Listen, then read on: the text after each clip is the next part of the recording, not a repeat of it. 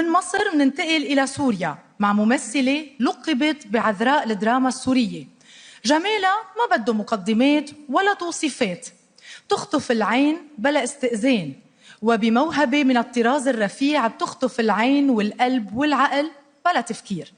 بطلب من الممثلة رانيا سلوان والإعلامي يزبك وهبة يتفضلوا على المسرح ويعرفونا على المكرمة.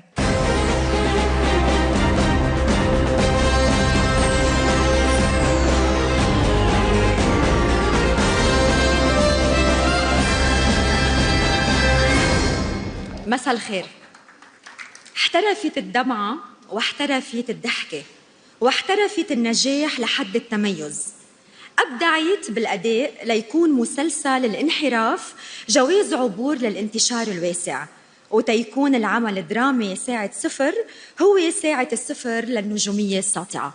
اختصرت أوجاع كل أمهات الوطن العربي بأمومتها الصارخة لريان بكسر عظم، ولعلاء بوراء الشمس، ولرامي بحاجز الصمت.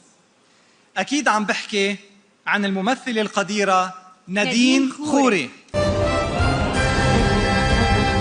بأس عليك يا سيدتي، لقد ساءنا فعلا ما حدث ونرجو له الشفاء العاجل. شو هالنغمة الجديدة؟ أنا هون لوحدي. وهو المطلوب. شو هالكلام اللي بخوف؟ اطلع برا. بدك تتغدى فيي قبل ما اتعشى فيك، ما هيك؟ شو مناسبة الحكي؟ قلي شو اسمها؟ طويلة ولا قصيرة؟ شقرة ولا سمرة؟ متجوزة ولا عزبة؟ آخر دكتور شافه قال لي إنه الأمل كتير كبير إنه يرجع يمشي ويحكي.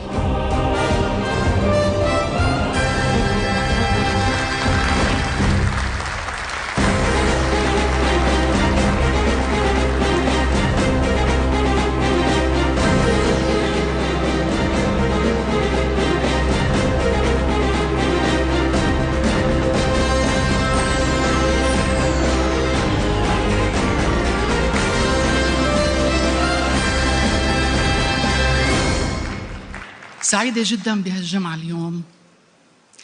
أول شيء شكرا لكل القائمين على هذا المهرجان، شكرا للجنة التحكيم، شكرا لكل فرد سعى خلال الأيام الماضية. قالوا لي كتير تعبوا الشباب والصبايا بالتحضير، ولهاللحظة كتير شيء جميل إنه يكون في بحياتنا ناس بيقدروا وعندهم وفاء للناس الفنانين اللي قادرين يتركوا بصمة على الساحة الفنية بكل جدارة.